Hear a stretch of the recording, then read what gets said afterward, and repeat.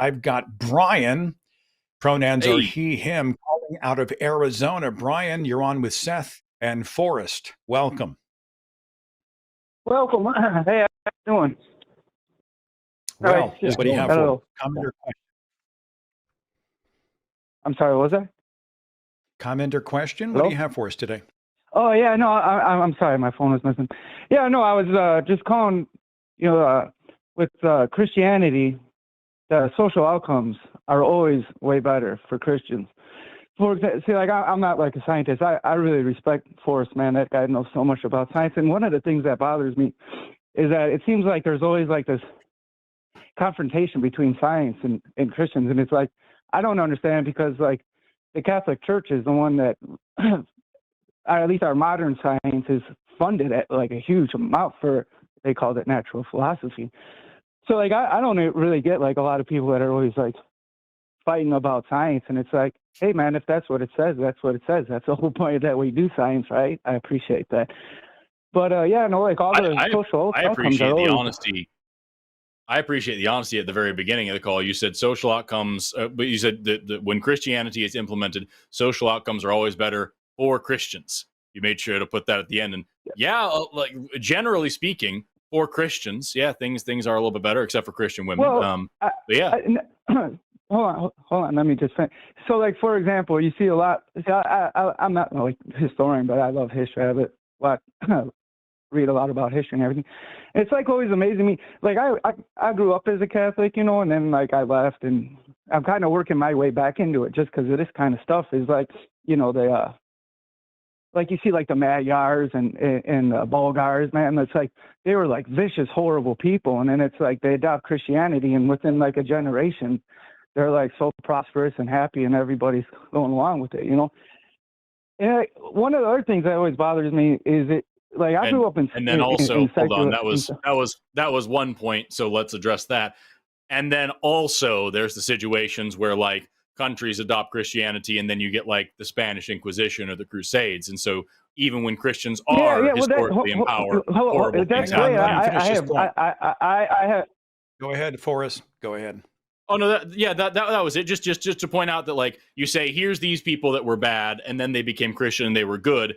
There's also plenty of examples of people who were Christian and remained Christian and were evil. And so like again, you mentioned at the beginning, you said Christianity is good for Christians. By and large, yeah, the Christians are the ones benefiting because they're the colonizers, they're the slavers, they're the conquerors, they're the genociders, they're the ones out here doing the horrible things and reaping all the benefits of it.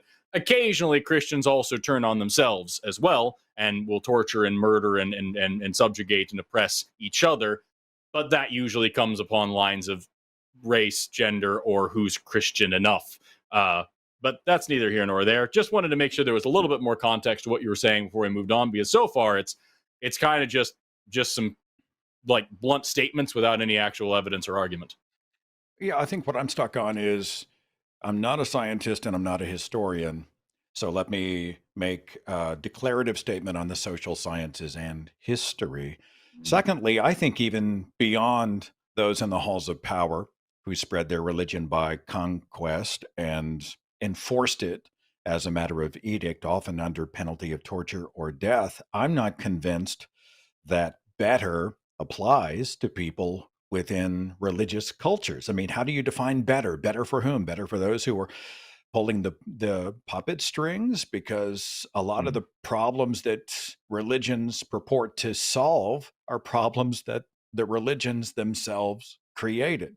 They tell people they're sick, command them to be well. And by the way, here are the resources. You do things our way, you will go to heaven, blah, blah, blah. They set the social parameters. They set the edicts of the courts. They get to control everybody else and make them second-class citizens. So, I mean, this idea that it's better, and even some within the umbrella of the church. Forrest had mentioned women, LGBT people, etc., the class systems within these religious hierarchies. So better, I mean, Brian, define what you mean by better, if you would.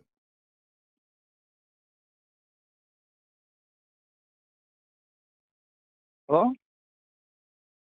Yep, Brian, you're back. I'd like you to define the word Oh better. yeah, How is it I don't know. better? Like you guys like. all right, for one thing, okay, what was wrong with the Crusades? I think the Crusades were one of the best things that ever happened in European history. So I don't understand what you're talking about. That you guys always say like the Crusades were bad. Well, can you describe what happened in the Crusades? How was Christianity promoted through the Crusades? Who said it was about promoting Christianity?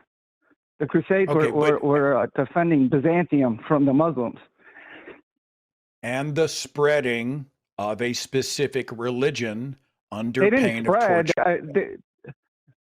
Hold on. See, like, this is like a mischaracterization of the Crusades. So the Muslims were taking over all of the Middle East, all of North Africa, which wound up plunging Europe into the Dark Ages. But I know it's not called the Dark Ages anymore. And then Byzantium was even like up above Byzantium, they had Muslim raiders and everything. So the Byzantium Emperor, Alexius Comnenus, asked the Pope to help him out defend his territory. Hey, so Brian, rather than giving us a history lesson, which is completely irrelevant, let's just deal with the context of what we're talking about here. During the Third Crusade, there's the massacre of Ayadia. King Richard had over 2,000 Muslim prisoners of war. So these were captured prisoners that were defenseless and under the care of King Richard. And he beheaded over 2,000 of these prisoners in front of a city just to send a message. Was that a moral good thing for him to do?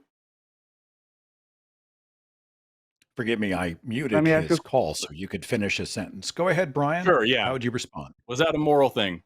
Oh, yeah, no.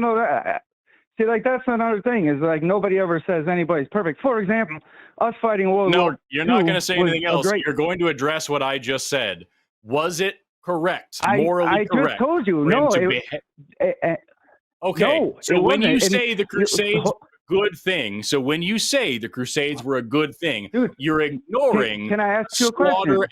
No, not you ignoring. may not. You will listen you're to what I'm talking saying. about little events. I'm saying. You are now going to be muted again because you can't control yourself. This is our show, not yours. What I'm asking you is, when you say the Crusades were a good thing, what you're saying is it was promoting your culture and your religion. What I'm saying is there were tremendous amounts of rape and murder and absolute atrocity to civilian populations that were completely unjustifiable. The whole concept of the Crusades, and I'm sure you'll disagree with this, but I really don't give a damn, was that you will get absolution. You will be sent to heaven as long as you go out here and slaughter these heathens. And people absolutely took advantage of that promise of divine right to go out there and commit heinous atrocities. So what you're saying by saying the Crusades are good is the same thing as someone saying, well, slavery was good in America because we built this great economy that made us the superpower that we are. No, they weren't good. It's not good. I don't care if you like part of the outcome. It's not worth it. You're talking about the slaughter of innocent people, the rape of women, the murder of children. This was a horrific act that is kind of like ubiquitously frowned upon by like all serious historians. But, you know, I'm not a historian, I'm a biologist. I'll bring it back now. But I'm asking you to address the idea that you can extricate, like, you know, the Latin Christian Church and the Pope from what they consider to be a reclaiming of these Middle Eastern lands for Christ, for the Christian Church. You simply cannot excise that. You can't say, well, it wasn't really about the spreading of a specific religion with force, with threat, making it not just rule of law, but an edict that if you were to subjectively be deemed in defiance or a heretic of the devil, you could pay with your life. Your family could pay with their lives. It was a dominionist crusade, a literal dominionist effort to give to God what they believed belonged to their God anyway. So to say, well, you know, the Crusades weren't really about Christianity is monumentally dishonest. Brian, did you want me to, Forrest, did you want to come back to Brian and we'll give him one more shot? Yeah, let's go and Brian, unmute what Brian. are your thoughts? Well, for one, I never said it was promoting it. Yes, they did say that, but it was the original catalyst was to defend. I never said they were going to promote it, and you keep saying that. Also, I was going to say was Nagasaki and Hiroshima a good thing? No. No. Was fighting World War II a good thing? Yes. People do bad Yes. things in history in war. That's what people do. It's terrible. People are terrible. That's like the core tenet of Christianity is like we're all imperfect people. So I don't understand. Like, like, for example, I'll give you another, like the whole Galileo thing. I learned that Galileo got put in prison for saying that the sun was the center of the universe. That's not true. No, hang on. For Hold one on, thing- Brian. Hold on. First of all, Galileo didn't go to prison. He was placed under house arrest. Yeah, he was placed on house arrest. Under house arrest under the edict of the church, right? It was the church Correct. that enforced his home imprisonment. And Yes. he never said the sun was the center of the universe, right? He said that the sun did not revolve around the earth, but rather the earth revolved around the sun. I just wanted to make those clarifications. Go ahead. No, that's fine, but that's not what it was. Actually, the Catholic Church that funded his research. They didn't have any problem with his research. He was put under house arrest for talking crap about the Pope, which is, you could say, like, stupid in modern that's day. Incorrect too. Also not true. They didn't have a problem with his research until it said something they didn't like. That's the exact same thing that happened to countless other researchers. Yes, no, the Catholics were very interested in funding.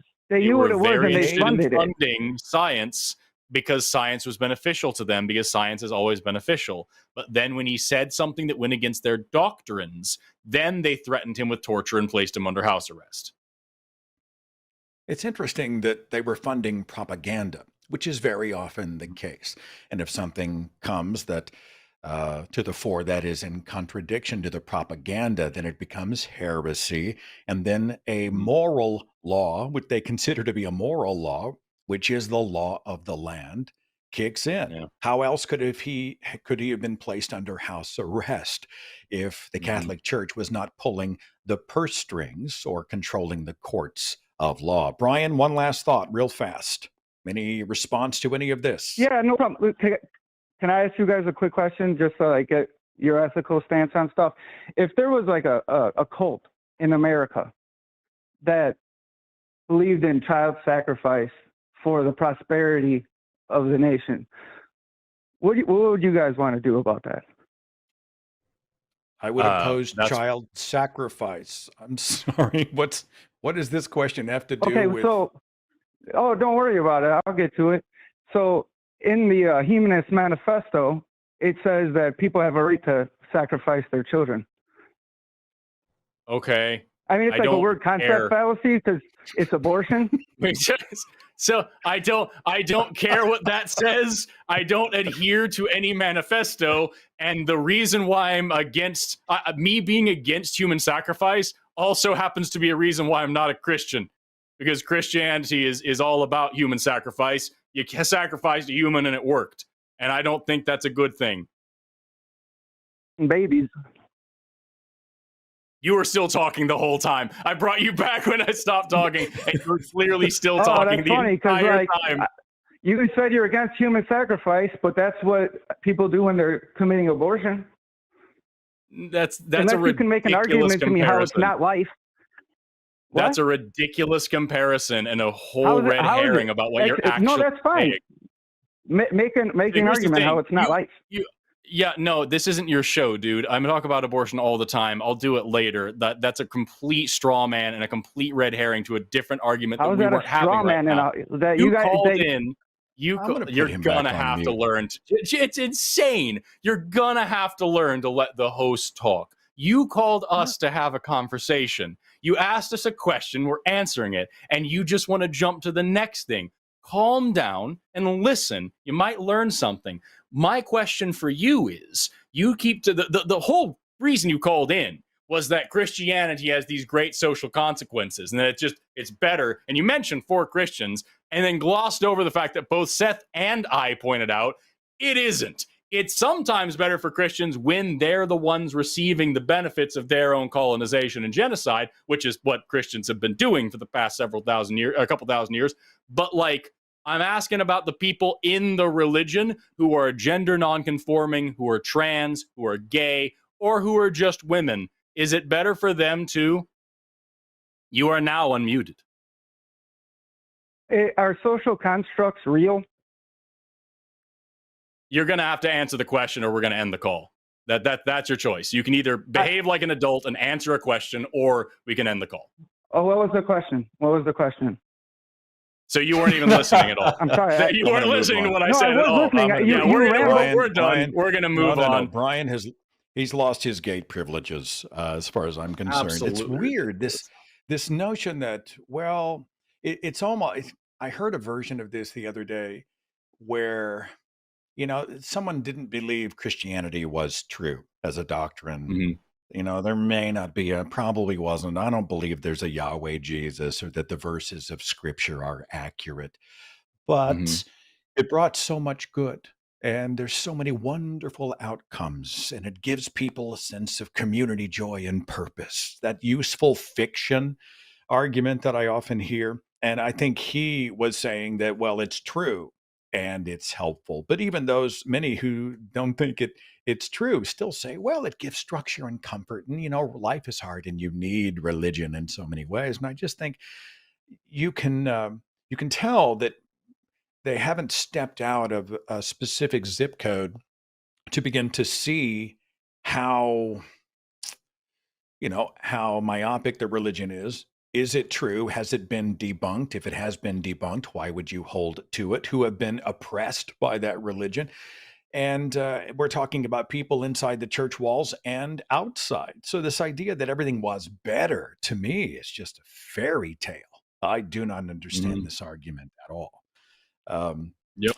I don't know. I'm going to grab somebody else. Are you ready, Forrest? Are you good? I'm so ready. Hey, it's Jimmy Snow here. I'm the executive producer on the line with a fun fact. Did you know 100% of the hosts of this channel enjoy eating? It's true. And if you would like to help contribute to their ongoing addiction, you can do so by going over to Patreon or becoming a channel member. There are show-specific, host-specific tiers. Those are awesome. But also, you can leave a super thanks with a special little highlighted comment. You can like, comment, and subscribe. All of those will help fill our whittle bellies. By the way, check out some of this content over here. Algorithm, what next?